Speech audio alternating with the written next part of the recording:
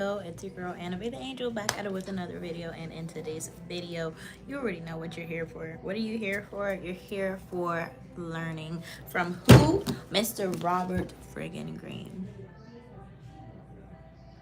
Yes, him. So he is the mastermind behind the book that we are reading. We are on episode 37 of Hot Girl Reads season 1. When we are reading The 48 Laws of Power by Mr. Robert Greene. Yes, guys, I know my little picture is like cheeky or whatever, but yeah, we are about to get into Law 37 by Law 37 of the 48 Laws of Power by Mr. Robert Greene. Guys, I am on live right now for maybe a cool 30 minutes. I have so much stuff to do today, but I'm locked in. Okay, so guys, we are on page 309. Let me just get a little water. I'm a little bit parched. Okay, so Law 37. Also, guys, don't worry, I'm gonna get a mic and be a little bit more profesh later. Okay, Law 37. Create compelling spectacles. Judgment. Striking imagery and grand symbolic gestures create an aura, the aura of power. Everyone responds to them. Stage spectacles for those around you, then full of arresting visuals and radiant symbols that heighten your presence. Dazzled by appearances, no one will notice what you are really doing. Dun dun dun. Okay, let me see how many pages this is. Oh, it's pretty short. Okay. It's like not that long. Hey, welcome to the live. Okay, so observance of the law number 1. In the early 1780s, word spread through Berlin of the strange and spectacular medical practice of Dr. Weisleder. Weisleder, that's really how you say it in German, like the W's are V's and the V's are W's. He performed his miracles in an enormous converted beer hall, outside which Berliners began to notice even longer lines of people, the blind, the lame, anyone with illnesses incurable by normal medicine. When it leaked out that the doctor worked by exposing the patient to the rays of the moon, he soon became dubbed the Moon Doctor of Berlin. Sometime in 1783, it was reported that Dr. Weisleder, let me get my German back. Sorry. Dr. Weisleder had cured a well-to-do woman of a terrible ailment. He suddenly became a celebrity. Previously, only the poorest Berliners had been seen waiting outside the beer hall in their rags. Now magnificent carriages were parked outside, and gentlemen in frock coats and ladies with enormous coiffures lined the street at sunset drew near. Even folk with the mildest of ailments came out of sheer curiosity. As they waited in line, the poorer clients would explain to the gentlemen and ladies that the doctor only practiced when the moon was in its increscent phase. Many would add that they themselves had already been exposed to the healing powers he called forth from the rays of the moon. Even those who felt cured kept coming back, drawn by his powerful experience. Inside the beer hall, a strange and stirring spectacle greeted the visitor. Packed into the entrance hall was a crowd of the classes and ethnic backgrounds, a veritable Tower of Babel. Dun dun dun. Through tall windows on the northern side of the hall, silvery moonlight poured in at odd angles. The doctor and his wife, who it seemed was also able to effect the cure, practiced on the second floor, which was reached by a stairway at the end of the hall. As the line edged closer to the stairs, the sick would hear shouts and cries from above, and word would spread of perhaps a blind gentleman suddenly able to see. Once Upstairs, the line would fork in two directions, towards a northern room for the doctor, a southern one for his wife, who worked only on the ladies. Finally, after hours of anticipation and waiting in line, the gentlemen patients would be led before the amazing doctor himself, an elderly man with a few stalks of wild gray hair and an air of nervous energy. He would take the patient, let us just say a young boy, brought in by his father, uncover the afflicted body part, and lift the boy up to the window which faced the light of the moon. He would rub the site of the injury or illness, mumble something unintelligible, look knowingly at the moon, and then, after collecting his fee, send the boy and his father on his way. Man, this guy was not gonna make it through the Salem witch trials, let's just say that. Meanwhile, in the south-facing room, his wife would be doing the same with the ladies, which was odd, really, since the moon cannot appear in two places at once. It cannot have been visible, in other words, from both windows. Apparently, the mere thought, idea, and symbol of the moon were enough, for the ladies did not complain and would later remark confidently that the wife of the moon doctor had the same healing powers as he.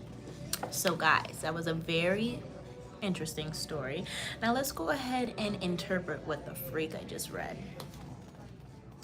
Dr. Wieslater may have known nothing about medicine, but he understood human nature. He recognized that people do not always want words or rational explanations or demonstrations of the powers of science.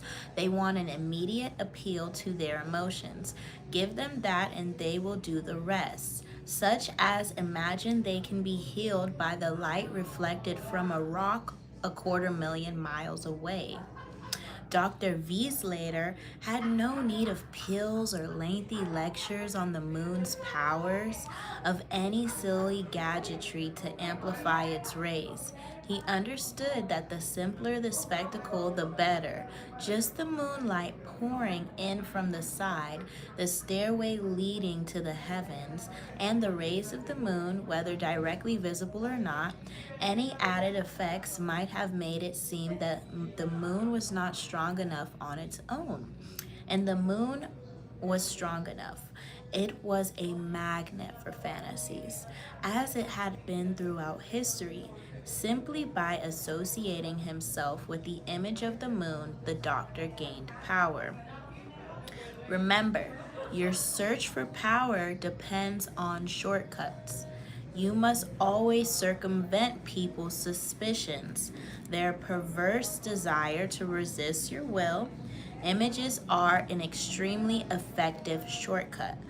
Bypassing the head, the seat of doubt, and resistance, they aim straight for the heart. Overwhelming the eyes, they create powerful associations, bringing people together and stirring their emotions. With the white light of the moon in their eyes, your targets are blinded to the deceptions you practice. Oh my God. I'm sorry, I just wanted to be a little bit, I don't know, what is it, cheeky? Okay, so now let's go ahead and read the very first little red blurb. It's about Antony and Cleopatra. She relied above all upon her physical presence and the spell and enchantment which it could create. She came sailing up the river Cydnus in a barge with a poop of gold, its purple sails billowing in the air, while her rowers caressed the waters with oars of silver which dipped in time to the music of the flute, accompanied by pipes and lutes. Cleopatra herself reclined beneath a canopy of cloth of gold, dressed in character as Aphrodite. As we see her in paintings, while on either side to complete the picture stood boys costumed as cupids who cooled her with their fans. Instead of a crew The barge was lined with the most beautiful of her waiting women attired as nereids and graces. Some at the rudders, other at the tackle of the sails, and all the while an indescribably rich perfume, exhaled from innumerable censers, was wafted from the vessels of to the river banks. Great multitudes accompanied this royal progress, some of them following the queen on both sides of the river from its very mouth, while others hurried down from the city of Tarsus to gaze at the sight. Gradually, the crowds drifted away from the marketplace, where Antony awaited the queen enthroned on his tribunal, until at last he was left sitting quite alone, and the word spread on every side that Aphrodite had come to reveal had hap- what Dionys for the with Dionys for the happiness of Asia.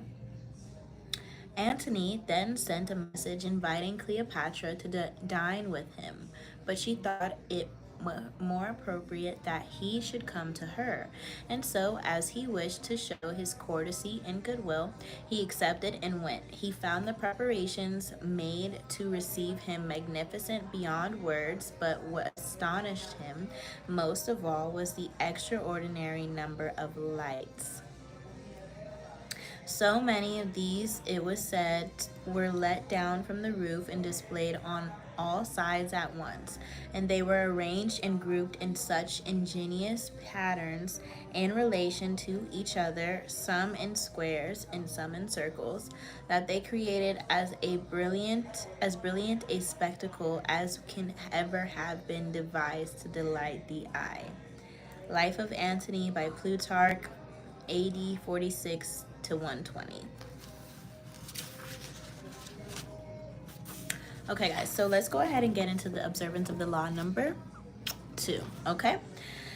In 1536, the future King Henry II of France took his first mistress, Diane de Poitiers. Diane was 37 at the time and was the widow of the Grand Seneschal of Normandy. Henry, meanwhile, was a sprightly lad of 17 who just beginning to sow his wild oats. At first, their union seemed merely platonic, with Henry showing an intensely spiritual devotion to Diane, but it soon became clear that he loved her in every way, preferring her bed to that of his young wife, Catherine de Medicis. In 1547, King Francis died and Henry ascended the throne. This new situation posed perils for Diane de Poitiers. She had just turned 48, beginning to show her age. Now that Henry was king, perhaps he would return to the queen's bed and do as the other kings had done. Choose mistresses from the bevy of beauties who made the French court the envy of Europe. He was, after all, only 28 and cut a dashing figure. But Diane did not give up so easily. She would continue to enthrall her lover, as she had enthralled him for the past 11 years.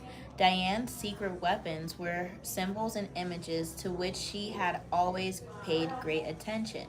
Early on in her relationship with Henry, she had created a motif by intertwining her initials with his, to symbolize their union. The idea worked like a charm. Henry put this insignia everywhere, on his royal robes, on monuments, on churches, on the facade of the Louvre, then the royal palace in Paris. Diane's favorite colors were black and white, which she wore exclusively, and wherever it was possible, the insignia appeared in these colors. Everyone recognized the symbol and its meaning. Soon after Henry took the throne, however, Diane went still further. She decided to identify herself with the Roman goddess Diana, her namesake. Diana was a goddess of the hunt, the traditional royal pastime and particular passion of Henry. Equally important in Renaissance art, she symbolized chastity and purity. For a woman like Diane to identify herself with this goddess would instantly call up those images in the court, giving her an air of respectability, symbolizing her chaste relationship with Henry, and it would also set her apart from the adulterous liaisons of royal mistresses past.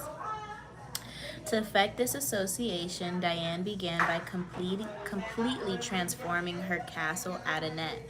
She raised the building structure in its place, erected a magnificent Doric columned edifice modeled after Roman temple. It was made in white Normandy stone flecked with black silex, reproducing Diane's trademark colors of black and white. The insignia of her and Henry's initials appeared on the columns and doors of the windows and carpet. Meanwhile, symbols of Diana, crescent moons, stags, and hounds adorned the gates and facade. Inside, enormous tapestries depicting episodes in the life of the goddess lay on the floors and hung on the walls. In the garden stood the famous Goujon sculpture Diane Chasseries, which is now in the Louvre and which had an uncanny resemblance to Diane de Poitiers. Paintings and other depictions of Diane appeared in every corner of the castle. Annette overwhelmed Henry, who soon was trumpeting the image of Diane de Poitiers as a Roman goddess. In 1548, when the couple appeared together in Lyons for a royal celebration, the townspeople welcomed them with a tableau vivant depicting a scene with Diana the Huntress. France's greatest poet of the period, Pierre de Ronsard began to write verses in honor of Diana. Indeed, a kind of cult of Indeed, a kind of cult of Diana sprang up, all inspired by the king's mistress. It seemed to Henry that Diana had given herself a kind of divine aura, and if he were destined to worship her for the rest of his life and until his death in 1559, he did remain faithful to her, making her a duchess, giving her untold wealth, and displaying an almost religious devotion to his first and only mistress. So let's interpret what the freak I just read to you guys. Diane de Poitiers, a woman from a modest bourgeois background, managed to captivate Henry for over 20 years. By the time he died, she was well into her 60s, yet his passion for her only increased with the years. She knew the king well. He was not an intellectual, but a lover of the outdoors. He particularly loved jousting tournaments with their bright pennants, brilliantly caparisoned horses, and beautifully dressed women. Henry's love of visual splendor seemed childlike to Diane, and she played on this weakness of his every opportunity. Most astute of all was Diane's appropriation of the goddess Diana. Here she took the game beyond physical imagery into the realm of psychic symbol. It was quite a feat to transform a king's mistress into an emblem of power and purity, but she managed it. Without the resonance of the goddess, Diane was merely an aging courtesan. With the imagery and symbolism of Diana on her shoulders, she seemed a mythic force, destined for greatness. You too can play with images like these, weaving visual clues into the encompassing gestalt, as Diane did with her colors and insignia. Establish a trademark like these to set yourself apart. Then take the game further. Find an image or symbol from the past that will neatly fit your situation and put it on your shoulders like a cape. It will make you seem larger than life. Because of the light it shines on the other stars which make up a kind of court around it, because of the just and equal distribution of its rays to all alike, because of all good it brings to all places, producing life, joy, and action. Because of its constancy, from which it never varies, I choose the sun as the most magnificent image to represent a great leader. Louis XIV, the Sun King, 1638 to 1715. Okay, guys, now let's go ahead and read this next little red blurb. In the Middle Ages, the symbolist attitude was much more in evidence. Symbolism appears as a sort of shortcut to thought. Instead of looking for the relation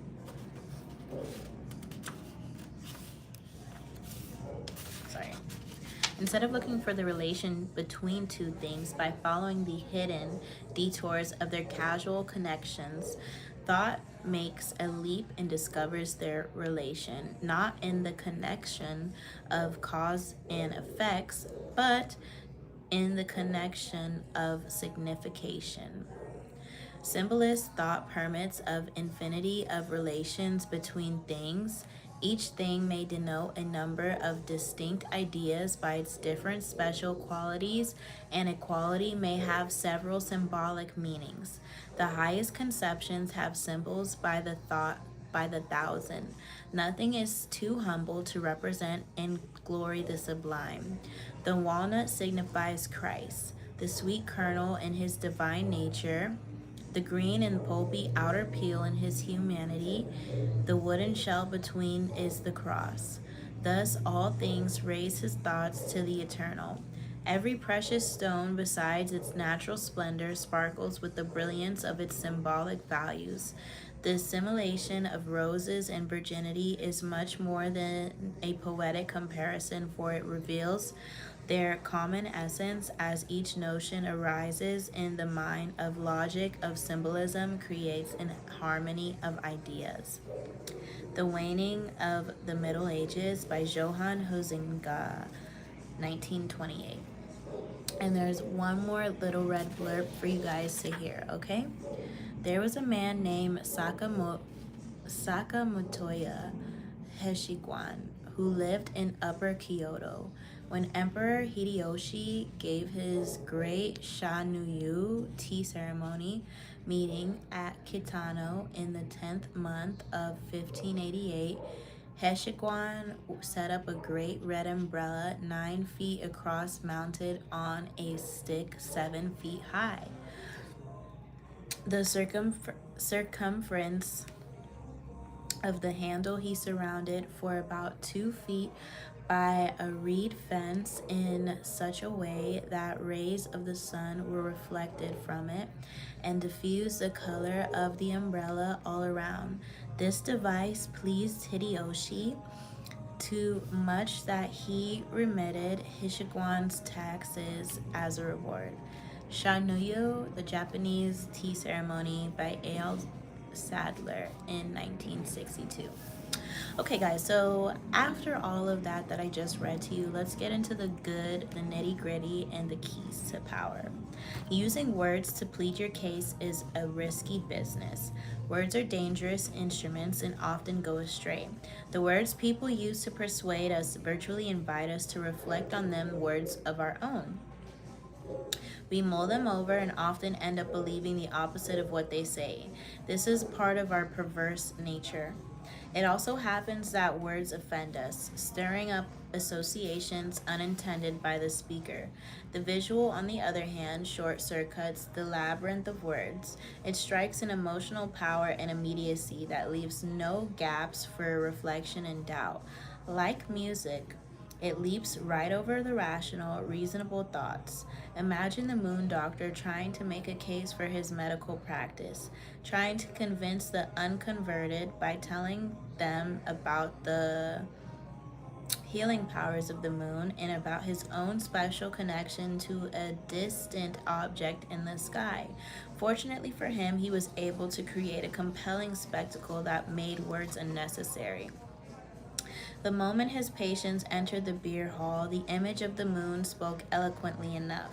Understand, words put you on the defensive. If you have to explain yourself, your power is already in question. The image, on the other hand, imposes itself as a given. It discourages questions, creates forceful associations, resists unintended interpretations, communicates instantly, and forges bonds that transcend social differences. Words stir up arguments and divisions. Images bring people together. They are quintessential instruments of power. The symbol has the same force whether it is visual, the statue of Diana, or a verbal description of something visual. The words the Sun King. The symbolic object stands for something else, something abstract, such as the image Diana standing for chastity. The abstract concept, purity, patriotism, courage, love, is full of emotional and powerful associations. The symbol is a shortcut of expression containing dozens of meanings in one simple phrase or object. The symbol of the Sun King is explained by Louis XIV, can be read on many layers, but the beauty its of it is that its association required no explanation, spoke immediately to his subjects, distinguished him from all other kings, and conjured up a kind of majesty that went far beyond the words themselves. The symbol contains untold power. The first step is using symbols and images is to understand that the primacy of sight among the senses. Before the Renaissance, it has been argued sight and the other senses, taste, touch, and so on, operated on relatively equal plane. Since then, however, the visual has come to dominate the others, and in a sense, we almost depend on and trust. As Grecian said, the truth is generally seen, rarely heard. When the Renaissance painter Fra Filippo Lippi was a captured slave among the Moors, he won his freedom by sketching a drawing of his master on a white wall with a piece of charcoal. When the owner saw the drawing, he instantly understood the power of a man who could make such images and let Fra Lippi go. That one image was far more powerful than any argument the artist could have made with words. Never neglect the way you arrange things visually. Factors like color, for example, have enormous symbolic resonance. When the con artist Yellow Kid Wheel created a newsletter touting the phony stocks he was peddling, he called it the Red Letter Newsletter and had it printed at considerable expense in red ink. The color created a sense of urgency, power, and good fortune. Veal recognized later that these as keys of deception, as do modern advertisers and mass marketers. If you use gold in the title of anything you're trying to sell, for example, printed in gold, since the eye predominates, people respond more to color than to the word. The visual contains great emotional power. The Roman Emperor Constantine worshipped the sun as God for most of his life. One day, though, he looked up at the sun and saw a cross superimposed on it. The vision of the cross over the sun proved to him the ascendancy of the new religion, and he converted not just himself but the whole Roman Empire to Christianity soon thereafter. All the preaching and proselytizing in the world could not have been as powerful. Find and associate yourself with the images and symbols that will communicate in this immediate way today, and you will have untold power. Most effective of all is the new combination, a fusion of images and symbols that have not been seen together before, but that through their association clearly demonstrate your new idea, message, religion. The creation of new images and symbols out of old ones in this way has a poetic effect. Viewers' associations run rampant, giving them a sense of participation. Visual images often appear in a sequence, and an order in which they appear creates a symbol. The first to appear, for instance, symbolizes power. The image at the center seems to have a central importance. Near the end of World War II, orders came down from General Eisenhower that American troops were led the way were to lead the way into Paris after its liberation from the Nazis. The French general Charles de Gaulle, however, realized that this sequence would simply imply that Americans now commanded the fate of France. Through such manipulation, de Gaulle made certain that he and the French 2nd Armored Division would appear at the head of the liberating force. The strategy worked.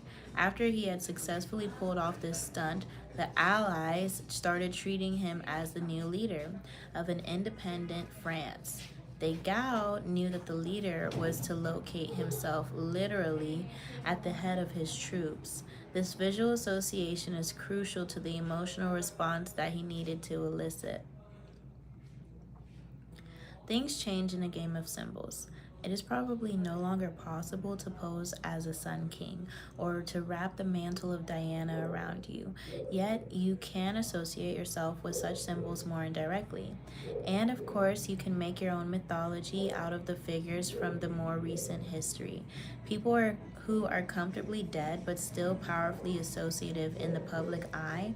The idea is to give yourself an aura, a stature that your normal banal appearance simply will not create.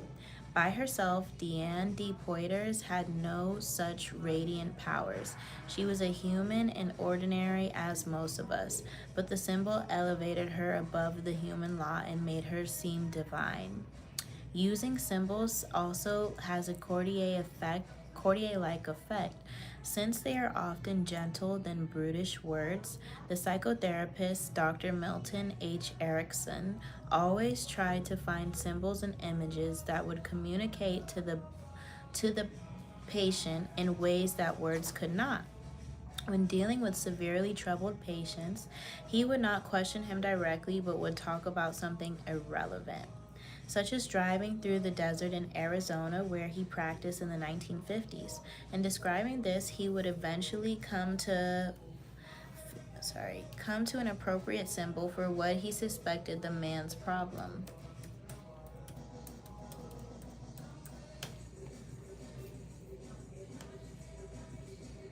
Okay.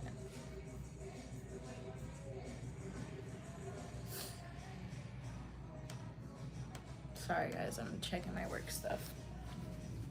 Okay. Almost done, cutie pies. Okay. So